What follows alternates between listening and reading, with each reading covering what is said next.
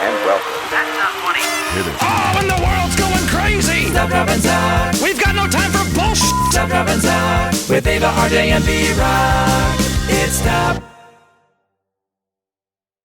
Stop, drop, and talk. Have nothing to say. It's Friday! Yeah. It's Friday! What's going on, Stop, Drop, and Talk crew? I like How your you guys doing? sweater. Oh, thanks. I put it on backwards. I threw it on really quick while the intro was running, so I'm gonna fix that real quick. You guys talk amongst yourselves. Oh, okay. B-Rock, how's your week been? What's that? How's your week been? It's been pretty good. It's been pretty busy. It's getting hotter here. How's your weekend been? Well, it's Friday, so it's just starting. Right. Or not your weekend, but your week. What day is it? I'm trying to figure out this live feed thing, so sorry about that. You know what I don't like about this system that we use compared to the other one we All right, what did I miss? No, the only thing you miss is bitch that this is not mirrored. It's like backwards. This on StreamYard, I'll shut up. Anyway. Yeah, my it says pots, pard, and collect Stop. on my sign there. You look good, Eva. You look good. Hey, happy birthday to your boyfriend, Eva. You guys, he's not my boyfriend, but it was his birthday the other day. Oh my goodness. I love him so much. You guys don't even know. I know people that have been following us weekly know my bizarre, unhealthy obsession with John Goodman, and it was his 68th birthday this last week. So, oh, what a gem! Oh, look at him. He's just like a big teddy bear. Oh, look at him. So hot, so hot. We still need on the show, right? Oh, not quite yet. It's too soon for that. We'll get into that later. Sorry. Also, guys, it was Derek Jeter's birthday today. He's 46, and baseball is supposedly coming back July 23rd or 24th. No fans allowed, but you know what? There's a lot of baseball fans, so they might be kind of pumped about it. Well, that'll be great. People can watch baseball on TV now. I think the same thing's going on with basketball, right?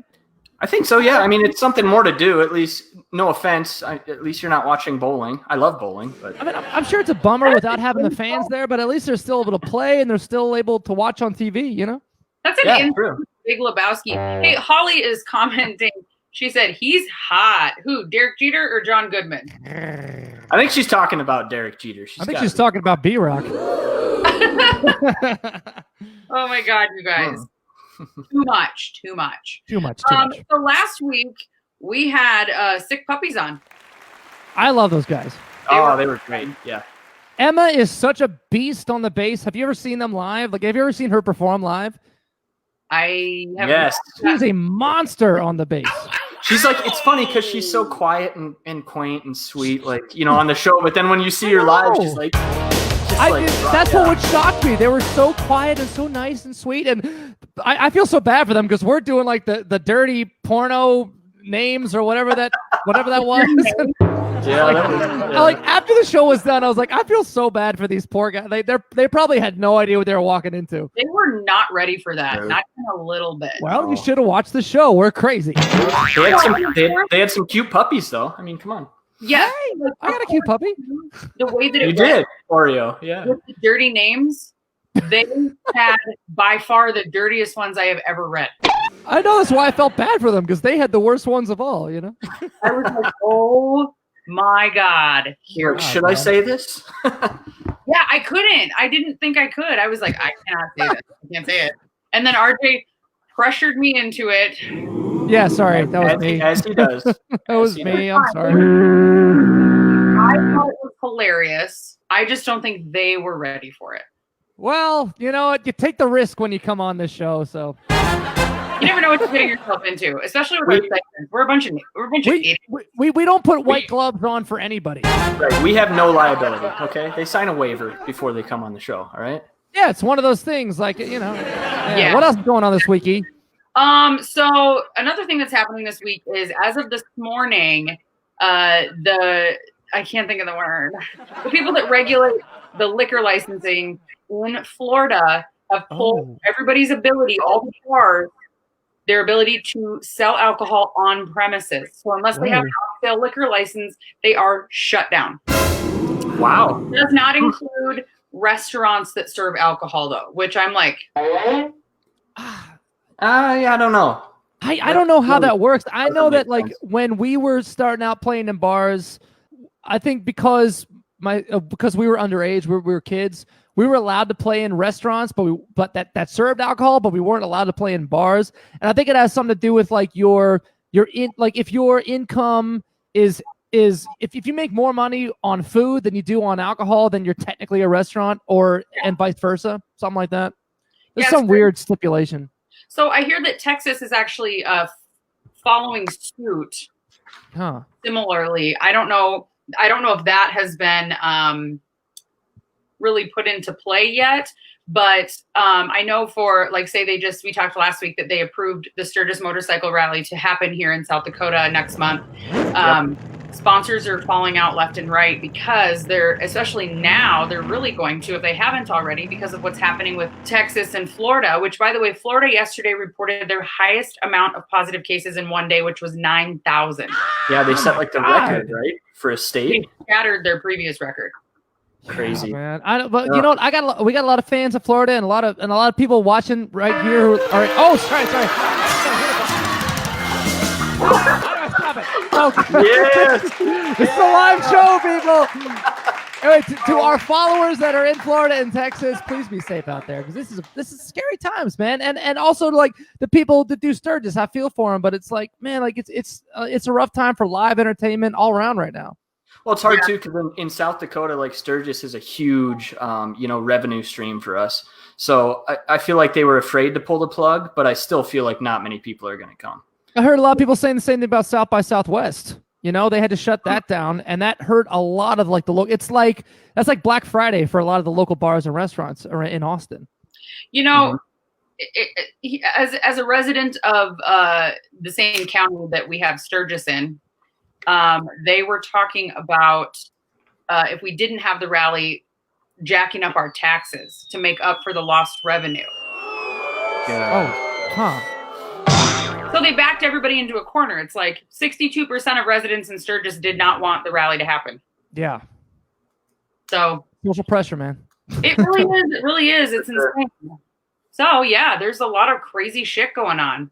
I mean, it's like, you got to remember it's still happening. You know, I know there's a lot of other things going on, but like this is still a problem. This is still an issue we're all dealing with. I still think biochemical warfare. Yeah, it feels like it was put on the back burner with all that kind of went on, and now it's coming back. It's not necessarily a second wave. It's just people forgot about it. Well, but it is. It is a second wave in Florida because everything was shut down and cases dropped dramatically, as did death rates, as did all that stuff. They just reopened everything, and so now the cases are skyrocketing, which is forcing them to close again. So they're technically in their second wave. I guess it depends on state to state. Yeah, you're right. Like we went from 0 to 60 in like 3 seconds. As soon as everyone was like, ease into it, be careful, but everybody started going crazy. So I'm not surprised that this is happening. And until we get a vaccine or something, like this is going to be a continuous issue. For sure. Yeah. I mean, I'm not an expert. I don't know what's going on. I'm just seeing what I see around me. And also coming from like the live, I mean, all of us come from the live entertainment world. It's all shut down right now. We have no idea when it's going to happen, when it's going to start back up. None. And it's awful. I want to go and play shows, man. It sucks. Oh my gosh. I'm ready. I'm ready to get back out there. Hopefully season 2 of Stop, Drop, and Talk will be able to do more broadcasting together. Yes. I would like to actually meet you in person, Eva. That's something we talked about. I've only met you through a screen. I can't wait to see that.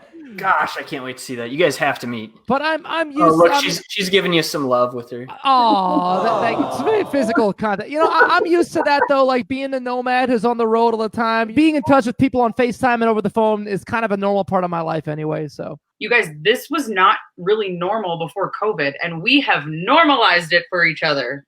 I know. I miss the days before we even knew what Zoom was. You know what though?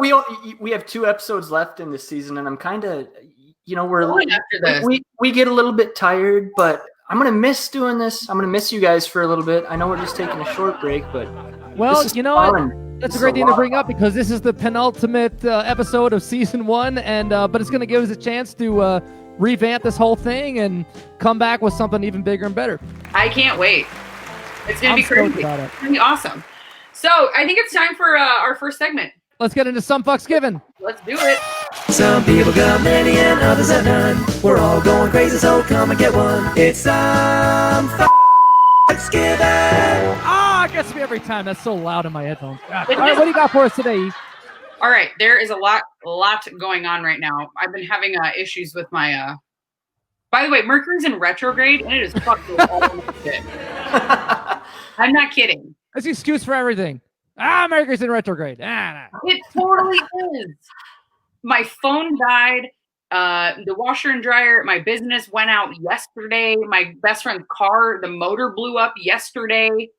Well, I just ran out of gas. The dog ran over. I saw on the news that we're declaring war on Mercury. We're going to battle with the Mercurians. Yeah, you know what? They're smaller than us. I think it'll be an easy win.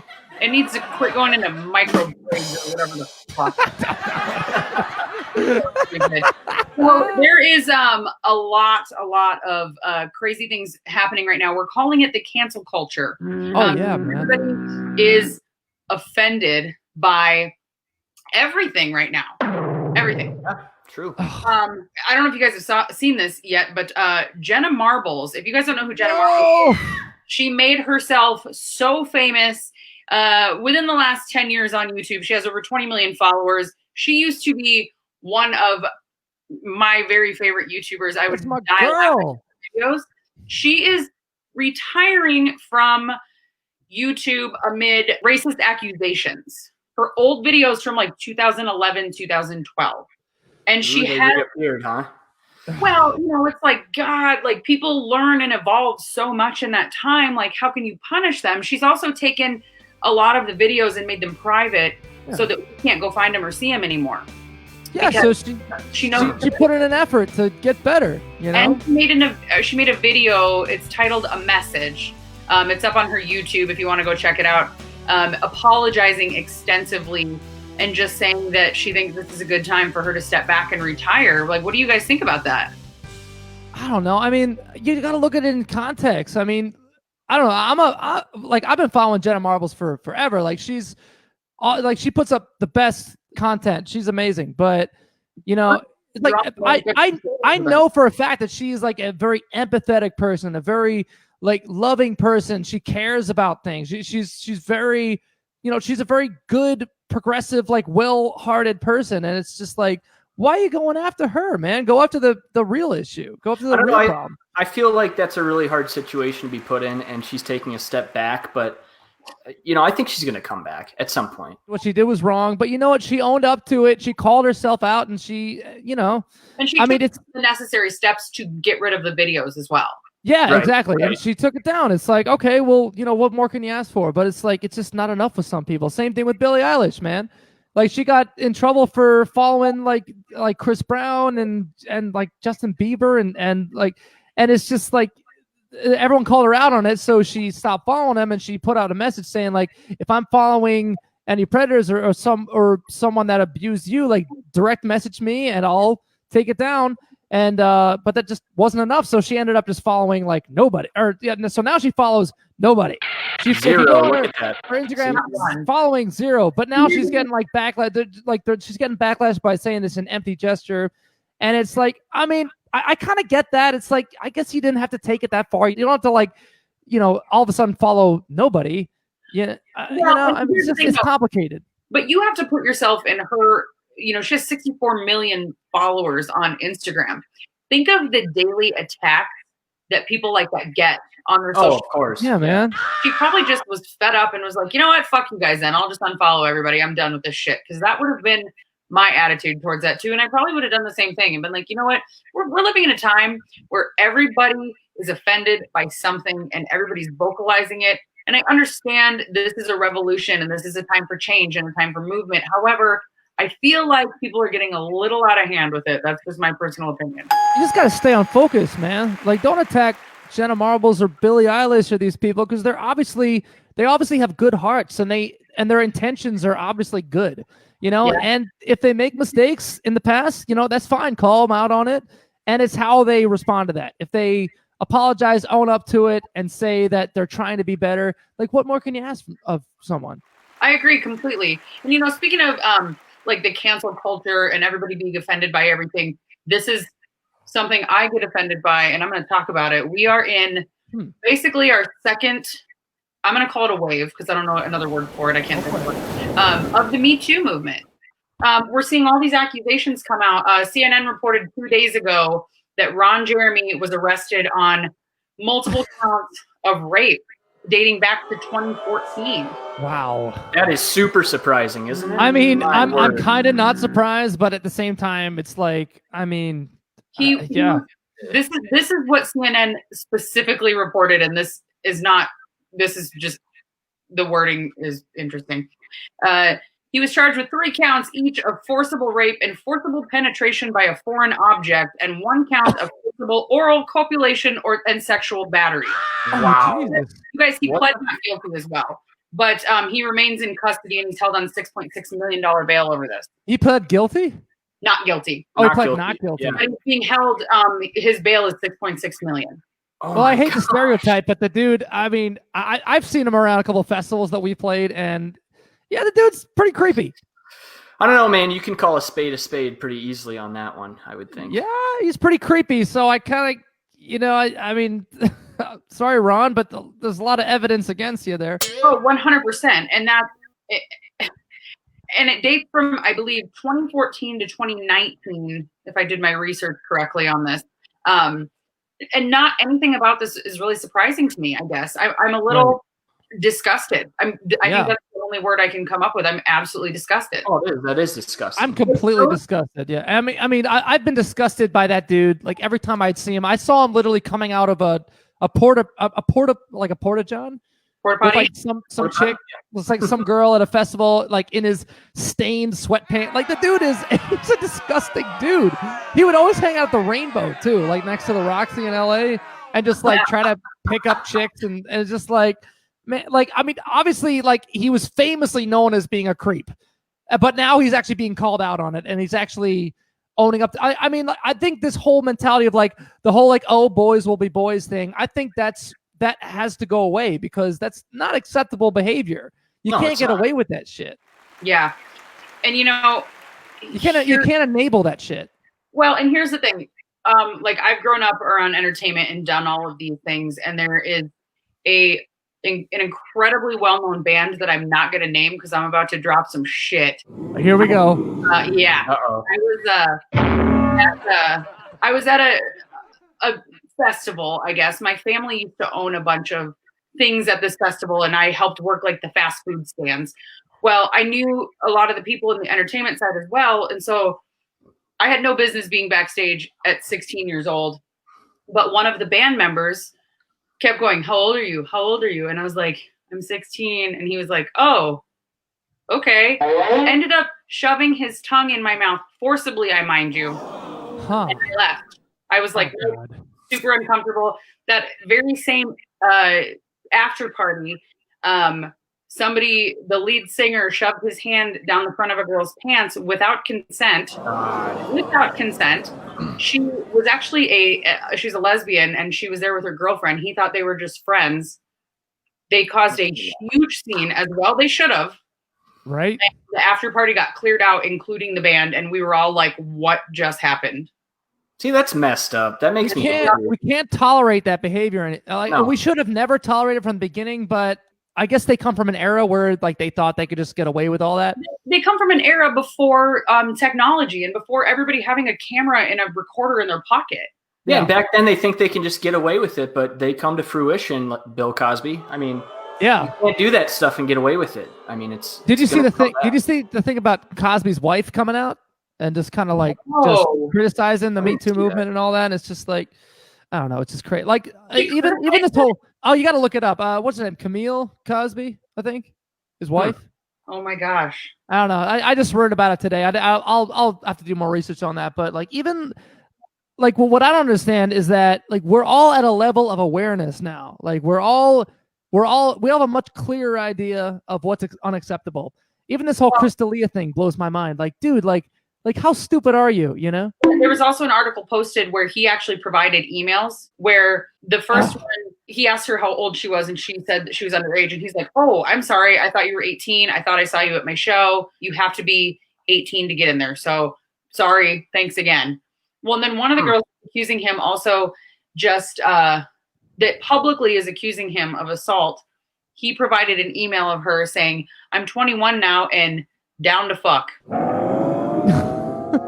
But then publicly accuse him. And I'm not saying, you guys, I'm not saying don't believe these women. Absolutely take these things seriously. However, you can't, it's not a blanket.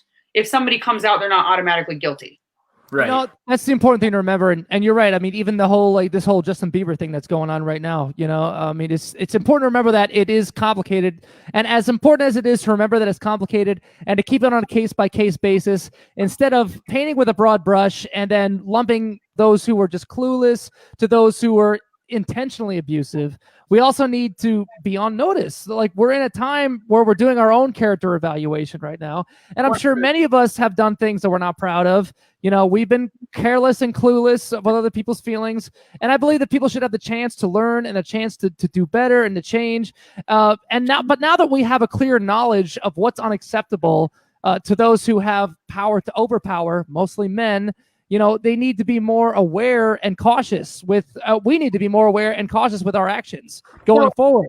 Basically, if you know you can easily be exposed for being a creep, don't be a creep. Or even if you can't be exposed, just don't be a creep, you know? Yeah, just be aware of your actions. The incentive is like, dude, like if you're going to behave this way, someone's going to call you out on it, you know? So don't behave that way. As they should. Exactly.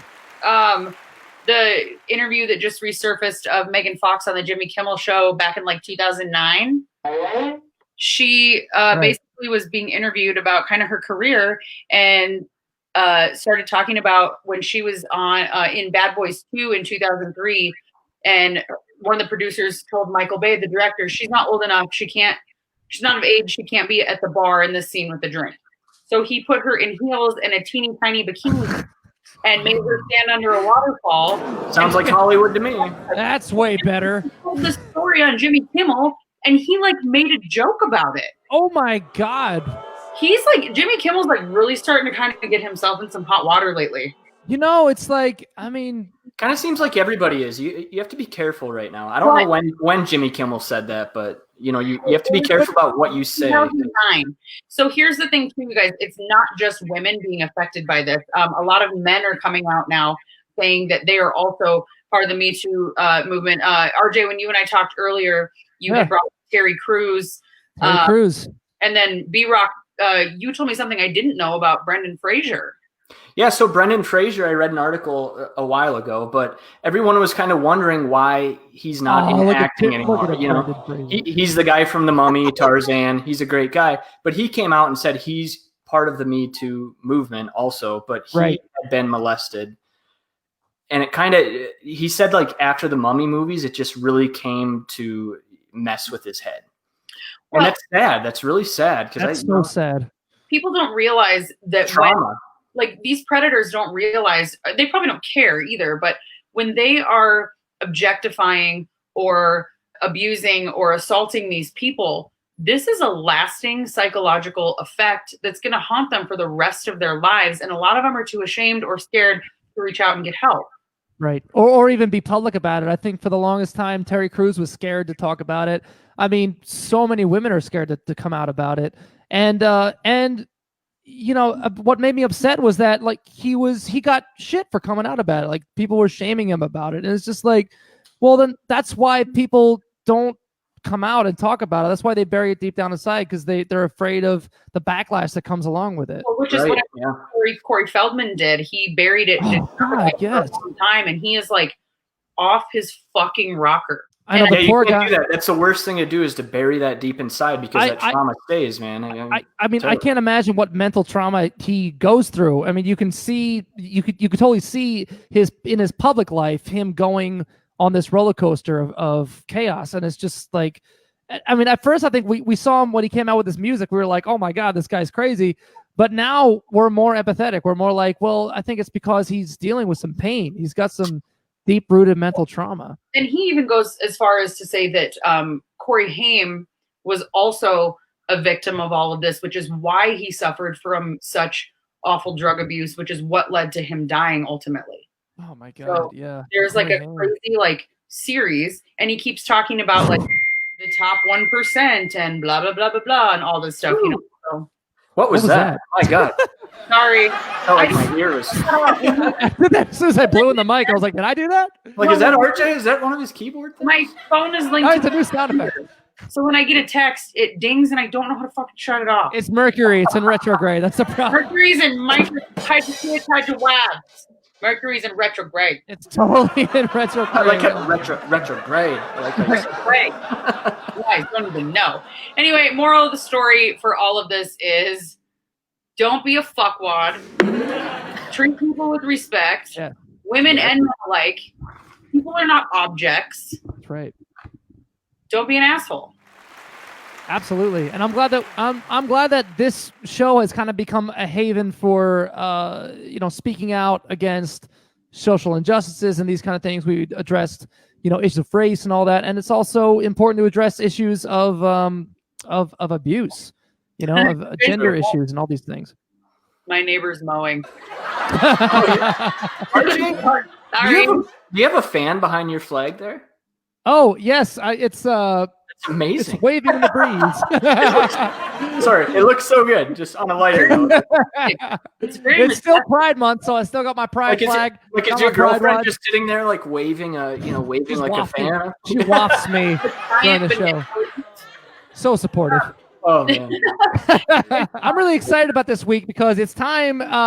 This week, us guys get to be enlightened a little bit more about the female mind, and I'm really glad that our female host is providing us with some knowledge this week. Sorry. What do you think? Oh my god, that sound! Yes, we're going to be doing that a little bit later in the show. But I'm really excited about that. Yeah, me too. It's going to be super fun. I asked you guys some questions earlier about what you wanted to know with Eva After Hours. I'll still take questions. We got a little bit of time. Drop them in the comments if you have a relationship or sex question you want to ask. I'll try to answer it as best as possible. But did you guys hear the door? Oh my gosh. I think so. Is that your phone or the door? I think someone's at the door. I think it's time to Stop, drop, and pop in. Will somebody please answer that? hello. Hello? Who's there? Who's there? Hello? Who's there? Oh my god! Oh man! It's everybody! What's up? Super Hey, what's up, exciting. guys? Hello. Thank you for joining us. Everybody talking at the same time. Well, let's do introductions real quick, RJ. Okay, well, what's up, Jeremy? What's up, AJ of Lit? You guys are awesome. These are my co-hosts, B-Rock and Eva Steele. Hey, Eva. Been listening to you guys right on. Nice to Nice meet to you. see you guys. Yeah, we appreciate that. Jeremy, we got to hang out at my place in Nashville here. AJ, this is my first time meeting you, so I'm really stoked to actually meet you, man. Nice to meet you too, brother. I like your name is a very cool style. I like that you kind of spell it kind of like I do. What did your parents put together and figure out name spellings, or what's happening? Have you guys accidentally got the other's royalty check? Good point. I don't know. That actually happened to me one time. He got AJ from the Backstreet Boys, like royalties from Bulgaria or something. Oh, good. Fuck that guy, right? I hope you cash it. I don't know if you guys remember this. Probably not. But you guys played Sturgis at the Iron Horse Saloon in 2017? Yeah, hell yeah. Yep. I was your production manager and hospitality girl. That's cool. Okay. I do remember that. I do remember you. I was trying to figure out. I knew. Yep. Well, That's in fact, awesome. we might have a photo from then, from 2017. What That was we're the, Oh yeah. Jeremy for sure in that photo. You guys were judging some contests for us after the headliner played. After all that, Ooh. Oh yeah. that doesn't look like a very safe place to be hanging out, wherever that was. you know what? Always a party. So nice to meet you again. Likewise. I'm scared to say anything on this show right now after all that we were just talking. You guys were talking about. I was like, oh shit. Do you guys want to add anything to that? That's going to be appropriate. In this modern world. In fact, I want to ask you guys some questions. You guys are releasing live in New York from '99 on DVD and CD, which is pretty dope. Yeah, not CD, but yeah, whatever else they make nowadays. Yeah, look at that crowd. Look at that crowd. Holy cow. And that's Woodstock. That photo was from when you guys played Woodstock. Yeah. Oh, so jealous.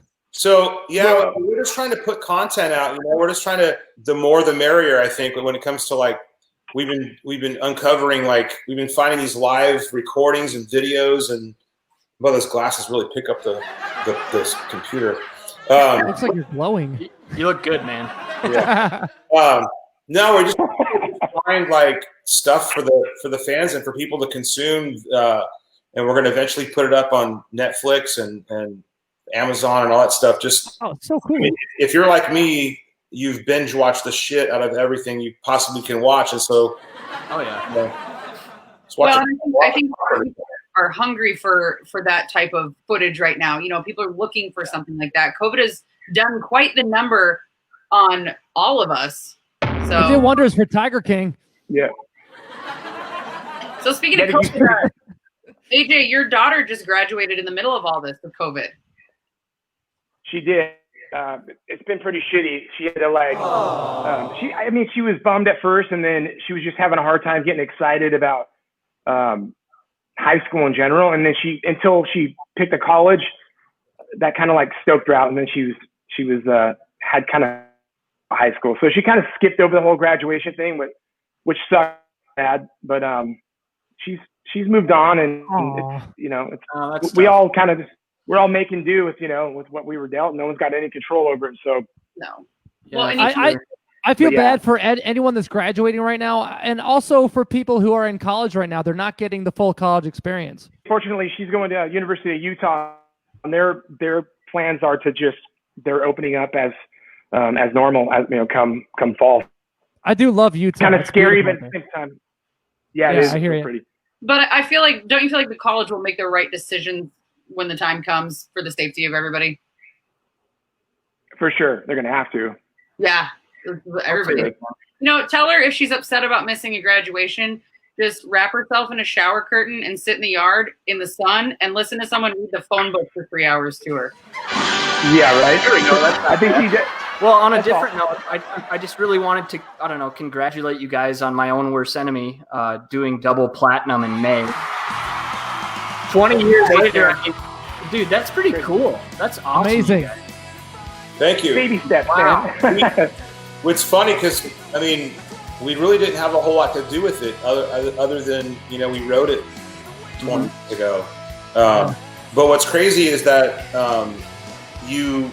it was never released as a commercial single. So for it to go double platinum years later means that, the invention of digital downloads happened, a few years after that record came out. So, right. So the album was already, platinum or whatever. If people just wanted that one song, they had to buy the whole record. And then, right. Gotcha. But that was like, back in the, it's 20 years we say, but that was an anthem when it came out. Dude, right? I don't know. Huge. That song was such a huge hit. I don't know whether to hug you or to punch you in the face, because every single cover band in Pennsylvania, every show we ever did, every multi-band bill, we heard that song at least 5 or 6 times. Every karaoke singer, right? Every single karaoke bar. So how are you holding up, Jeremy? What are you doing differently there? What are you doing to keep yourself busy during all this junk? Well, I haven't been to the barber in like 4 months. I've been growing my goatee back out. It's in training right now. It's like the little mini version of what it once was. But man, I've just been trying to get creative and write new music. And, we do have some shows coming up, which is a little weird, but we're excited. And we're like everybody else. We're just trying to navigate through this right. best we can. And I will say the silver lining, my son, who's also at University of Utah, he's going into his sophomore year, but he's here at the house now here in Nashville. And he was here for the first 5 weeks of the lockdown. And, man, I'll tell you what, I haven't spent 5 weeks with my kid since he was probably 5 weeks old. Oh my God. I know the feeling, man. Yeah, man. So, there's a silver lining to it. You got to find one. I mean, what else are you going to do? So I think, and that's a very good one. So I'm happy about that. And he's back here for the, 4th of July, and awesome. We'll see what we're allowed to do. Speaking of Nashville, I hear you guys left the OC and are now, one of you's there. Jeremy, you're there, and AJ, you're moving there. Is that right? Yeah, Jeremy's there already. We've been house shopping out there, and we'll be there in about a month. Oh, well, join the neighborhood, man. Because Jeremy is actually my neighbor. That's right.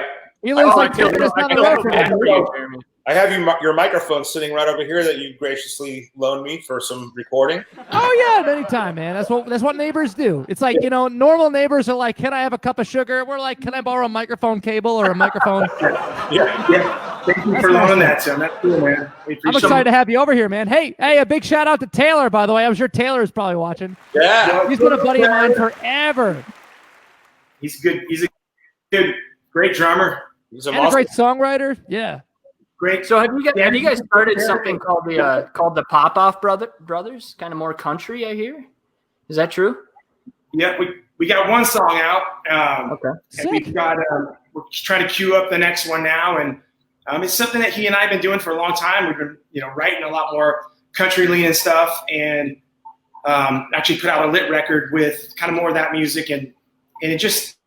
It wasn't making as much sense as lit as it did just he and I putting it out as Popoff Brothers and and letting it sort of live in lit world and try and actually once we did that we sort of got the inspiration to go back to old school lit when it comes to those songs. And so now, it's a more for us.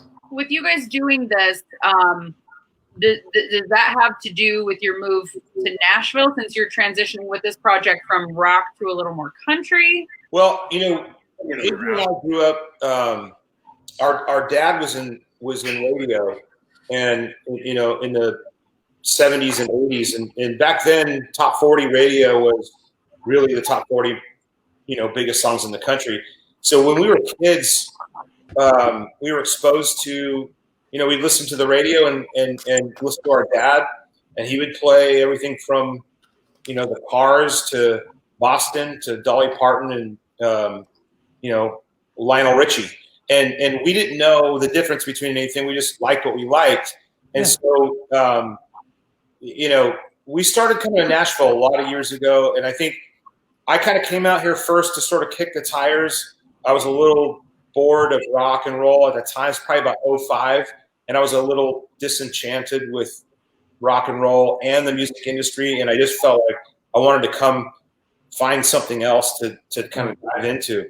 And AJ came shortly after that, and we've been coming for so many years now that it became our second home long before it's now our first home. But, man, I just think it's just we just like not really worrying about the genre, I'll be honest with you, it felt weird in '99 when they called us pop punk, and then they called us alternative, and they called us whatever they wanted to call us. It's like we didn't make up that name. We just were a rock and roll band that was just trying to make up cool songs. And so at least now we've got two ways we can write. We can do lit, we can do Popoff Brothers, and we can just write whatever comes out without the pressure of like, ooh, is anybody going to get upset about this? Or, Well, and also as you grow and evolve, you grow and evolve as a songwriter, you're going to develop other things you didn't even know you had a knack for. And you're like, oh my God, like I'm actually pretty good at writing country songs. Like for me, I've over the years, I've discovered that I have a good knack for writing pop songs, and stuff like that. Cause that's, because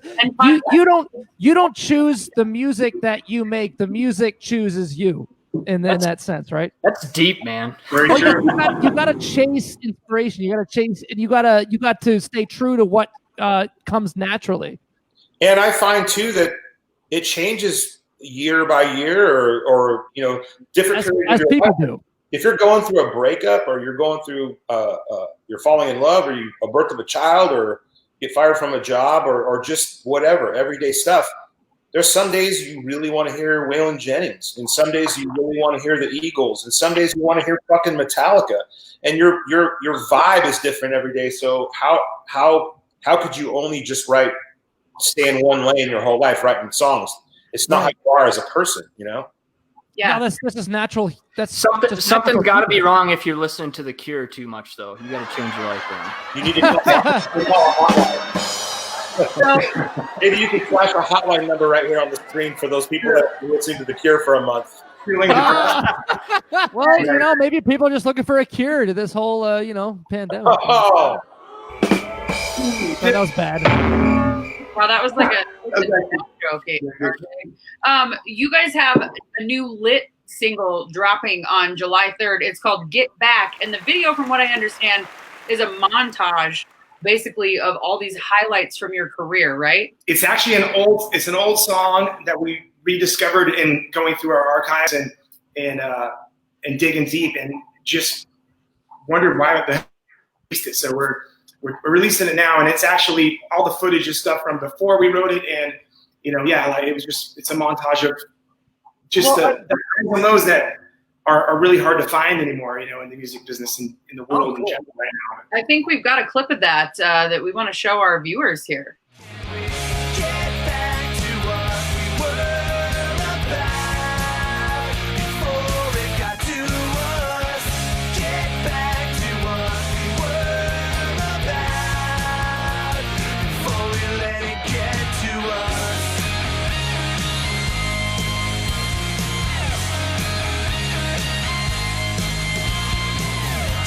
Night down and sleeping half a day. Wake up and roll out, happy hour matinee. So simple when we were barely getting by. Barely getting by.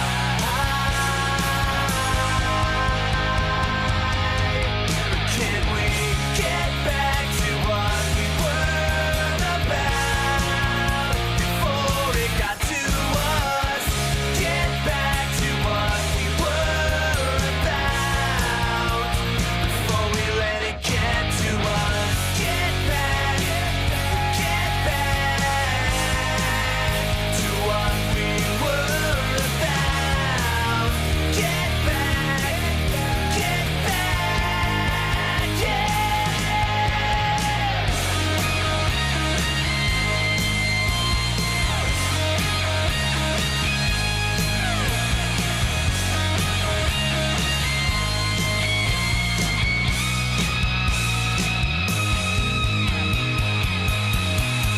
Can we get back to what we were about before it got to us? Get back to what we were about before we let it get to us. Get back to what we were about before it got to us. Get back to what we were about before we let it get to us.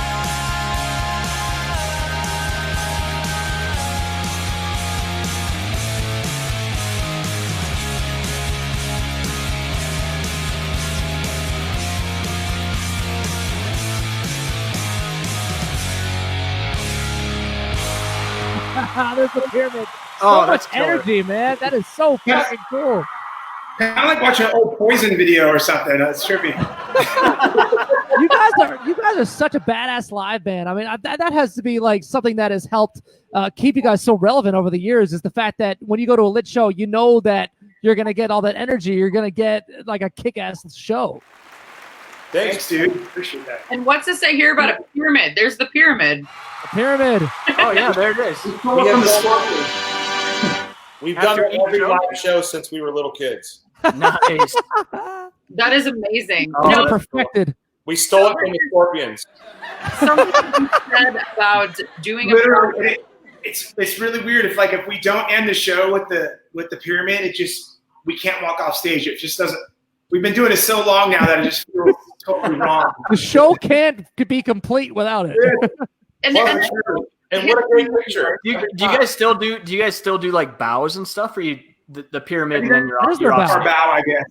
That is okay. Awesome. I mean, we do if it's the Download Festival, in the UK, or something crazy like that. We'll do both because we've got to get that picture. You got to get the crowd shot. Hey, we're such AJ and Kevin and I met. Like, I had a subscription to like Circus magazine, and he had one to Hit Parader, and Kevin would come over with his Metal Edge magazine, and we would trade tear-outs of a magazine. Kevin was kind of like the kid in Beavis and Butthead with the winger shirt. he was all into Dokken and like Van Halen, and we were into That's so cool, man. So we would take pictures and stuff, but we were that kind of rock and roll fan before we were ever in a band together. And so still to this day, like if we're going to stand in front of 60,000 people and play a show, you better damn well believe we're going to pose for a fucking picture for the wall, That's right, man. that's AJ, what would you say is your main inspiration before you started? Oh man, just that. We started going to concerts when we were little. It was just that energy of it was the Iron Maiden, just watching the crowd react to the band on stage, and just the feeling that we got just being in the crowd. We were like, man, I wonder what that feels like being on stage. And once we kind of got a taste of it, it was, man, it's just, there's nothing like it. Anyone that's done, it's a drug, and they got it. Well, you know what? I can relate to you guys' situation because I'm also in a band with my sibling. How's that been for you guys? Well, yours is a sister. That's probably different. Yeah, it is a totally different dynamic. You're right. Like you've seen stories about like all the Van Halens and the Oasises and the Black Crows, and you see like them kind of being very like rivals. And my sister and I have never had that. We've always been super supportive and super best friends. But you guys seem like that too. You guys are like best buds. We have our moments. Our band, we try and not, we try to keep them. Is it happening? Is it on? We're gonna have a fight. As private as possible. I mean, we're just like any group of friends that have been, as tight as we have been for most of our lives. You're gonna have stupid fights, and we just get all of them. We've learned how to lay low for a little while and then come back and put it back together. We've had our fair share of that, and not only with my sister and I, but also with our other two bandmates. Like we're all kind of siblings at this point. We can't even really differentiate who the actual sibling is in our band. So do you guys feel that as well with your bandmates? Yeah, totally. Especially with Kevin is we've known each other since we were little. Yeah. And, Al, our original drummer, passed away. I heard about that. Yeah. About 10 years ago. And it seems like yesterday. It seems like so long ago, but I'm sorry to hear that, man. Yeah. If the reality is, if that hadn't happened to him, we would still be the original member. We would be like one of those rare bands with the same members since the beginning. But we've got guys like Ryan Gilmore's in our band now, and he's been in the band for like 11 years. Oh yeah. And he's he rounded out like the fifth guy position, and then now we got Taylor on drums, and you guys are a 5-piece now. So we're a 5-piece now, and it is a brotherhood, But Kevin is as much, he's a brother. I mean, we've known him. We've done it. We've come up the ranks together. We've done everything together. We had kids together, and we're at each other's weddings, and just and yeah. So we all kind of fight like brothers, but then nobody fights like real brothers, So everybody kind of knows, like when you're on the bus and the brothers start going at it, you see people just sort of into the various lounges to get the fuck out of the way. Yeah, it's a weird balance when you've been like, we grew up in the same household and as little kids, and then to spend your entire life, the business side of your life together as well. It gets to be at times it's constant. So we're gonna have disagreements especially when he and I, the main songwriters, and we kind of run into disagreements, and it's a little easier to like to your blood brother than it is. How's your relationship like with your mom, like with your parents and all that? Great. Cool. Yeah, they've always been that's cool. Biggest fans. Oh, the biggest supporters in the world. They're going to be your biggest fans for life. Totally. Yeah, I feel like it's one way or the other. It's either your parents are like wearing your T-shirt and Yep. you know, and they're your biggest fan, or they just like hate your little side hobby that's taken away from your college career. You know. Let me ask you guys this: growing up, like, were your parents very, very supportive about your career? Because I've been an advocate for so many people out there, and for so many parents to really recognize when their kids have something and to support them, because I wouldn't be here if it wasn't for them. And I don't just say that. That is a fact. 100%. I mean, AJ and I lived with our parents. Our parents were separated since we were little, which is probably one of the reasons AJ and I are so close, because we kind of raised each other and grew up with we were the epitome of latchkey kids, you know. Oh yeah. But we lived with them. I think I was 25 when I moved out of my dad's house. Oh, same here. Yep, I lived with my parents till I was like 26. That's what you do. I never rented like an apartment or anything. I can't literally, my first place it was me buying a condo, because our financial advisors told us you got to buy something. So yeah. Dude, Dude, you and I are the exact. We had almost the exact same upbringing. That's pretty amazing. That is hilarious. So, are you guys cool to stick around for a little game? Sure. Sure. We're hanging. And it's a little something that we call Stop, drop, shenanigans. Stop, drop, shenanigans. You'll never get me gold. You'll never get me gold. Well, not only is RJ a phenomenal pop songwriter, he also is a good podcast jingle writer. Yeah. You're about to hear another one that's my personal favorite in just a little bit. God. Okay.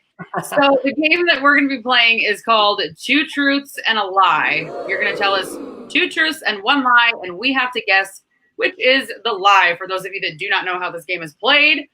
And which one of you wants to go first? Go ahead, Jeremy. This is really hard.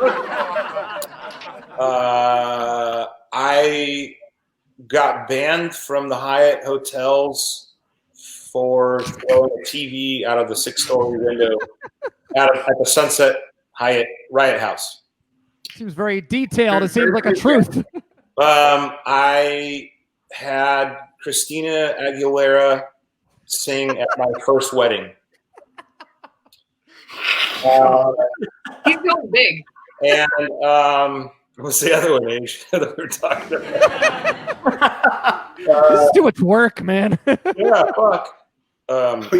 Popoff is a Russian name, obviously, and we our parents emigrated here when I was a baby. AJ wasn't born yet, and I actually learned how to speak English from watching Sesame Street. As a. I'm gonna. Who wants to guess? You got 3 Do we guess now? Yeah, do we guess now or what? I'm going to say the first one's a lie. Sesame Street's bullshit. I'm going to say that, no, I think Christina Aguilera did not sing at your wedding. So I tell you now the answers? Yeah. The Sesame Street one was bullshit. Oh, God. Christina Aguilera, what? Yeah, Christina actually sang at my wedding, and I did get banned from the Hyatt. I threw a TV off the 6th floor balcony the night our album went gold, and it was bad. Nice. Didn't end well for anybody. It was probably like a boob tube one too, right? One of the big Oh ones. yeah, it was a heavy ass one. Yeah. It was like, damn it, Jeremy. That's hilarious. Oh, that's funny. Did you look to see if anyone was below you? At least. That's half the fun. I looked real quick on the Sunset. It was pretty late at night. There was nobody walking back. AJ, you're up for two truths and a lie. Okay. I wrote mine down, so because it's so hard. I've done so many. All right.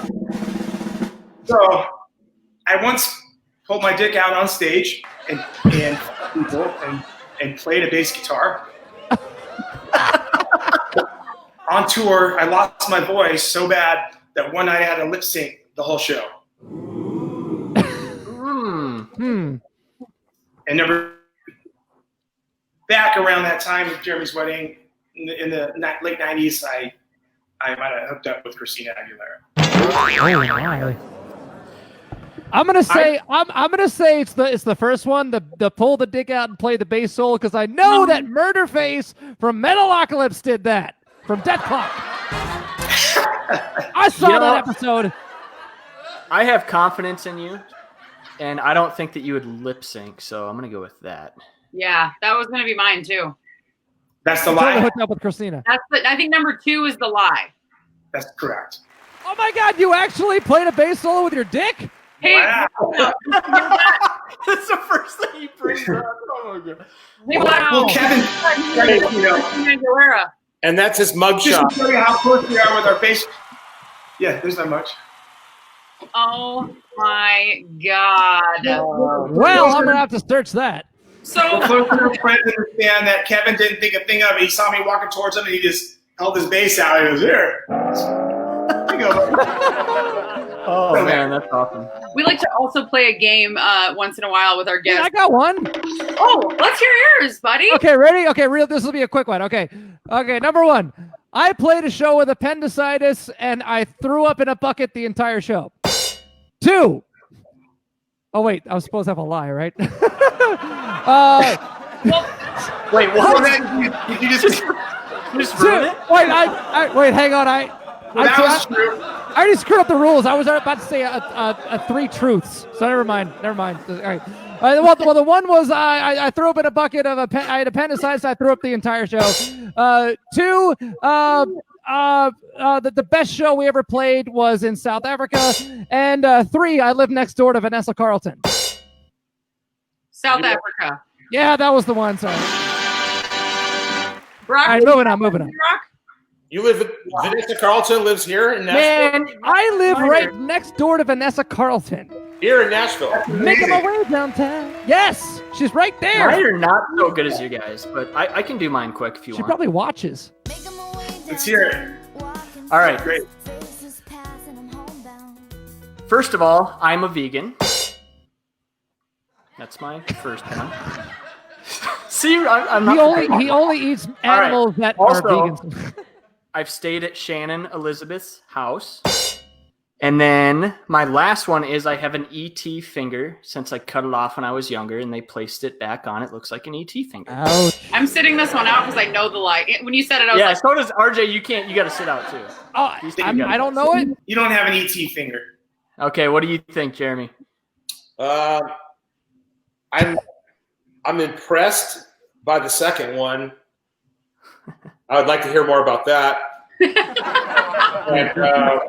But I don't think you have an ET finger. Oh! For those of you listening, he just showed us his ET finger, and it was. I am not a vegan. That's the line. we live in South That is an amazing finger, by the way. I'd be very proud of that finger. It's like a club finger. Yeah, dude. I used to creep my friends out with it by doing that ET. Like, Dude, you gotta light the thing up somehow. It's a very important finger, right? Put a light in it. Ew. All right, I guess I'll do my 2 truths and a lie then too. Okay. I'm an ordained minister. I taught traditional clogging in Finland, and I've drank so much that I woke up with an ass tattoo with no recollection. Oh, yours are good. I'm gonna say the clogging. Clogging. I'm gonna have to go with clogging too. That's not even a Finland thing, is it? Let's see this ass tattoo. I'm not showing you my ass tattoo. I did not clog in Finland. There we go. It But was she a pretty does good have an one. ass tattoo. I thought mine were pretty good. Those were good. Listen, I've danced professionally for 7 of my adult years. How do you know I didn't clog in Finland? I don't think they clog in Finland, do they? Can somebody Google that real quick? Yeah, I should. Fact check that, Dan. Dan, Google that shit. I pulled that country name out of my ass. The one with the tattoo. Molly. Right next to your tattoo, right? Hi, Dan. Oh, here comes Dan. Let's hear him. Our producer Dan, everybody. No clogging in Finland, so that was a giveaway. He's our fact checker. Holland. It's Holland. All right, goodbye, Dan. No, goodbye. Glad he's out here. Bye. I love you. See ya. Oh my dear Lord. Well, you guys, it was so much fun having you guys on the show. This is only season 1. We're gonna do another season. So as we build, it might be fun to have you guys back. Yeah, we you would guys are love to awesome. have you guys back. We'd love You guys are cool. when we, especially, man, we should do it all when we all get together. You know, like I know RJ's got a dope little room in his basement that's all set to go for this, right, RJ? Well, actually, it's in my upstairs bedroom. My basement is now a home gym. Oh, well, all right. Hey, let's do a workout video. We'll do a workout video, yeah. Oh, we might actually go to Nashville at some point to visit him. So maybe we could all do this together. So Yeah. I don't know if you guys saw this or not, but RJ and I have actually never met in person. RJ makes a mean tequila shot, so you can go for those, and then, One of my favorites. and then you can walk down the street to my house, and we can whip up something else, and we just kind of, we can bounce around the hood. That's Jeremy, the did beauty you- of it. We can walk Jeremy, to your place. did you disinfect that mic, because he's been doing some fart sound effects with it also? Just to let you know, I don't want you to get pink eye or anything. We opened up the case and we let it sit for 48 hours, and then we Okay, that's good. That's good. Yeah, I know. You never know. Exactly what you need to do during this COVID bullshit. Now that COVID's like the big enemy, it's like catching pink eye, big deal. Like there's all kinds of shit now. I'm like, bring it on. Bring it on. Yeah, no I kidding. don't No, want don't bring it on. when we make thank you, it, but we will let you guys know. In the meantime, until next time, keep it real. Thank you, guys. So good to You meet guys, you. thank you guys so much. Lit, I everybody. appreciate you guys. And if they don't come back to the show, then please tell me why. Oh, they were awesome. They were Your great. fault, RJ, because you farted on the mic, and then he's gonna get pink eye. He's gonna get pink eye. Why didn't you tell him, dude? Come on. I did not fart on the mic. I found a non-royalty fart sound effect for my unnecessary rants sound effect. So You could have just used my pooter. I'll call you next time. So quickly before we go, I'm gonna touch on a do we- little something here with this segment. Do we have time for a little Eva After Hours? Yes, We we got do. Let's bring it on. Enjoy the song, everybody. Oh, yeah. It's Eva After Hours. Oh, yeah. Eva After Hours. Anybody else hot in here? Do you know what? That almost like makes me blush, especially at the very end. I'm like, oh yeah. Which is funny because I do sex and relationship advice during this. Yes, So, and you're here to educate us. I had a big old thing, but we got off on a tangent, so we're not going to do a big old thing. I'm going to touch on a little something that I was asked in my messages by a viewer that watches this weekly. If your partner regularly talks to their ex, is it cheating? Ooh. That's a tough one because I have some exes that I'm still friends with. And why? Luckily, my girl is like super cool with it. She's also got exes that she's friends with, and it's like it's not a big thing for us. Like we trust. Like there's you gotta have trust there. Here's my take on this. Is it cheating? No, but there's a very fine line because when you have a history with somebody, there's a level of comfort there that can be very, very easily to slip back into, even though you have a significant other presently. So it's very easy to slip back into that level of comfort with somebody from your past. And so I think it's super, super important to keep up those boundaries and know, when enough is enough, or, when, if the conversation's getting a little flirty, like old times, it's time to kind of back it off. If you have any respect for your partner, my opinion, just my opinion. I don't know. Texting, if you have to text them, I think that's okay. But when you get into Snapchat, Facebook messaging, stuff like that with your ex, that's not good. There's no reason to be Snapchatting an ex. No. Right. Oh, no. I think Snapchat is kind of where you draw the line. Or Tinder. You shouldn't be Tindering an ex either. And that was a joke. Okay. You shouldn't be on Tinder if you're not single. Hindering an ex. I mean, Eva. You'd have to like specifically find her on there. That's. Yeah, you're right. It doesn't. I know it doesn't work that way. But Eva, like, wouldn't you agree that like it's that's why it's so vital to have that communication with your partner, so they understand the situation? Because like in my situation, like my ex and is also another artist, another singer, and pretty well known, and we also have a very shared fan base. And when we decided that we didn't work as a couple, we decided that we work better as friends, and we work and we have a great respect for each other as people and as artists. And I had to like really explain that to my girl now, and that's all it took. It just took that open communication and honesty. Yeah. Now, something that you said as far as communication that I also wanted to quickly touch on tonight is that with COVID and our society, not just with COVID, but the way society is now, being on your phone constantly, like, I don't know about you guys, but I catch myself being very guilty of constantly just being on my phone, staring at it. Like a crack-addicted praying mantis. That's me, yeah. It's a total addiction. Now, if you're spending more time on Snapchat or messaging or doing all these things with other people, then this becomes a problem. So a good rule to have with your significant other is when you guys come home at the end of the day, like, I don't know about you guys, but when I come home from work, my mind is going. And if I don't pick up my phone and do these things right now, I'm going to forget him, and they feel very pressing, and I can't focus on anything else. And if he's talking to me, I don't hear it. So something that you have to do consciously, take that phone, put it down for 15 minutes. Give your significant other 15 minutes of undivided attention. That is going to help leaps and bounds with communication and help your relationship overall, which is insane that is literally all it would take for communication in this day and age. That's good advice. I definitely do that. I'll be on my phone, because we're doing this show, and I'll be writing down ideas. I'll be trying to I'll be in my notes coming up with ideas for show segments and topics and things like that. And then I'll see her like kind of walking towards me, and then I'll just be like, you know what? I need to put this away for a second and give her some attention. Yes, absolutely. I've also I found it hard when I did have a girlfriend too. I used to try to, when we're sitting at the dinner table, don't look at my phone. And it became so hard. We have that rule. So hard.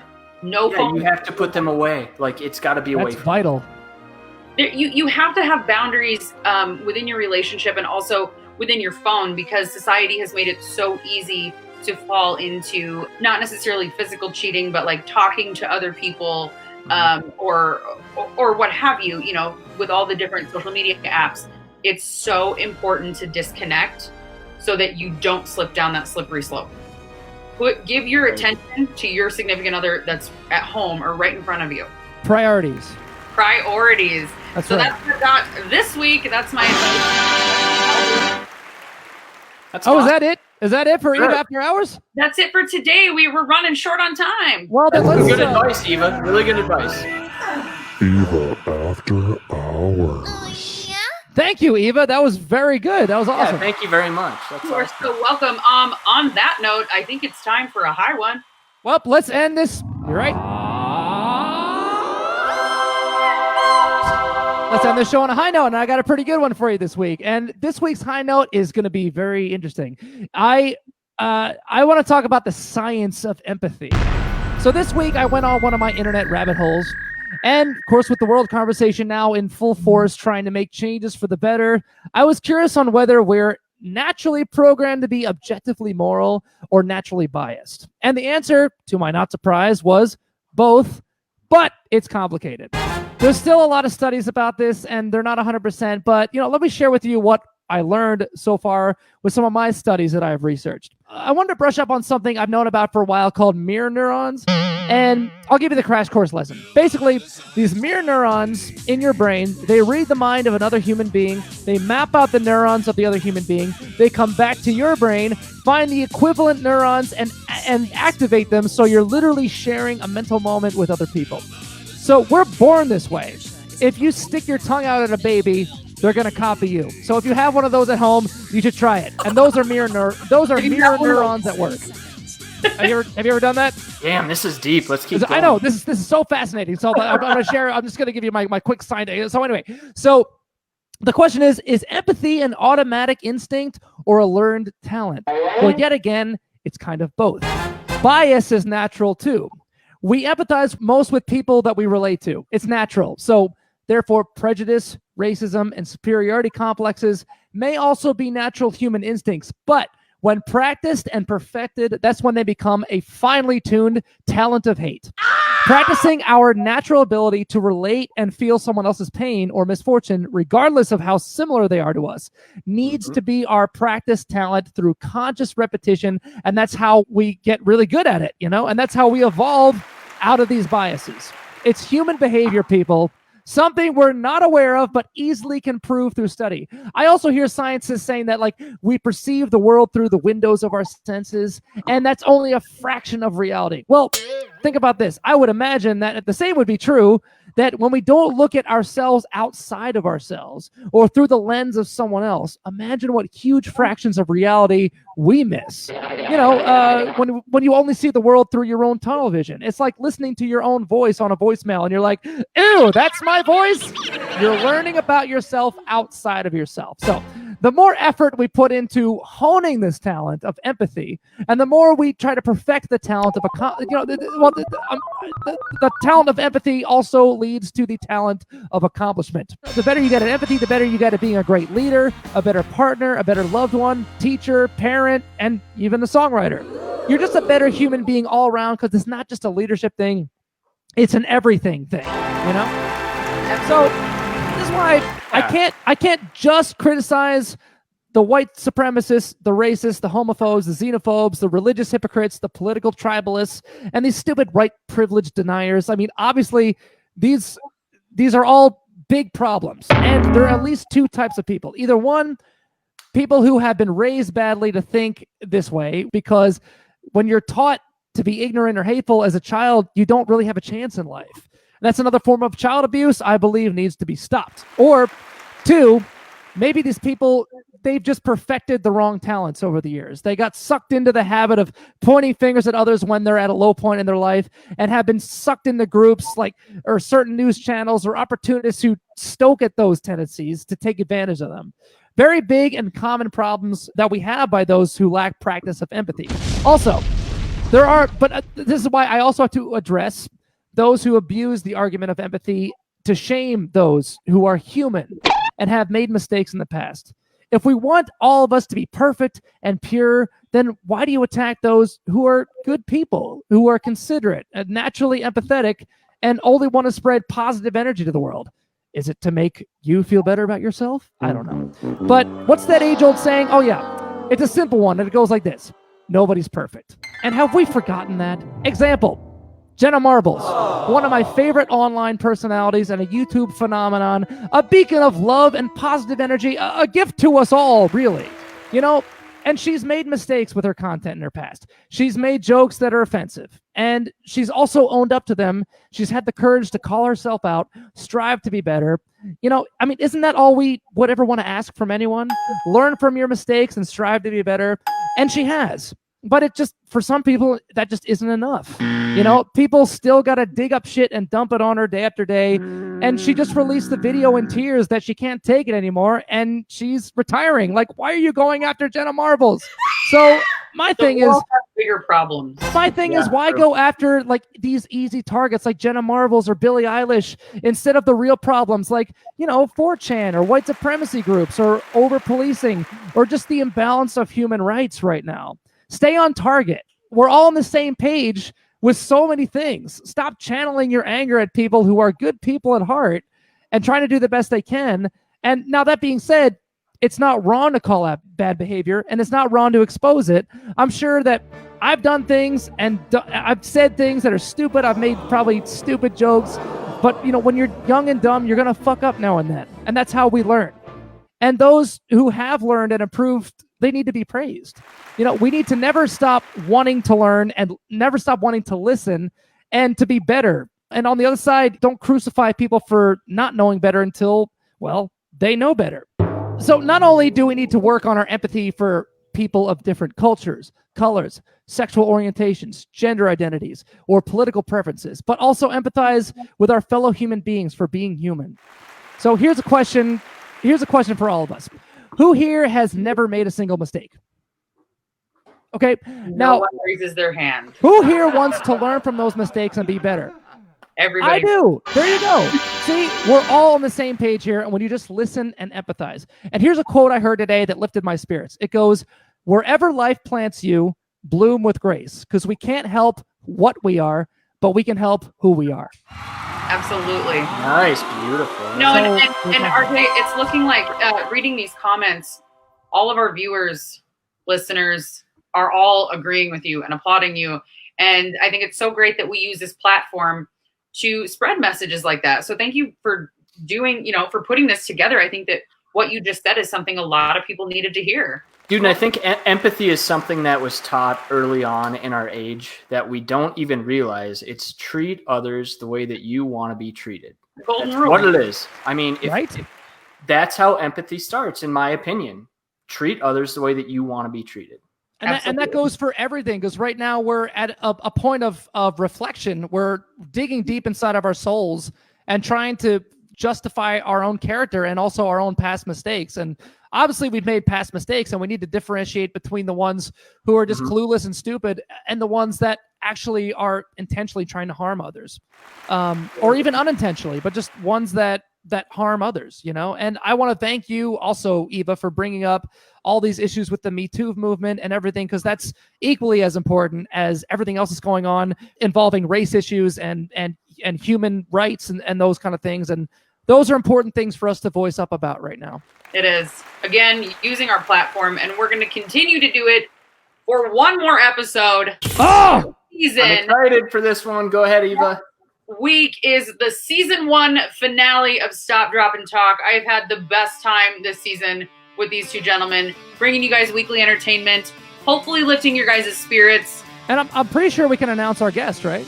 We sure can. You want to do that? Who is it? We are going to talk to a really good friend of mine. It's Tyler Connolly from Theory of a Dead Man, everybody! Yeah! Love that guy, and he's going to be such a blast to talk to. He's so funny. He's so funny. Hilarious. He's got a bit of a dry humor. People are going to really enjoy it, and He's very Canadian. For next week, very Canadian. Hey, what'd you say? Wait for this episode next week. As always, you guys, it has been such a pleasure getting to do this with you every week. And I think that's it for the night. I think it's time for us to head out. Well, I feel the same way, Ian B. Thank you guys so much. Thank you all for listening. Thank you to the guys from Link. Thank you all for just joining us and for spreading that positive energy. We're going to keep doing it right here on your favorite show ever. Stop, Drop, and Talk. See you next week.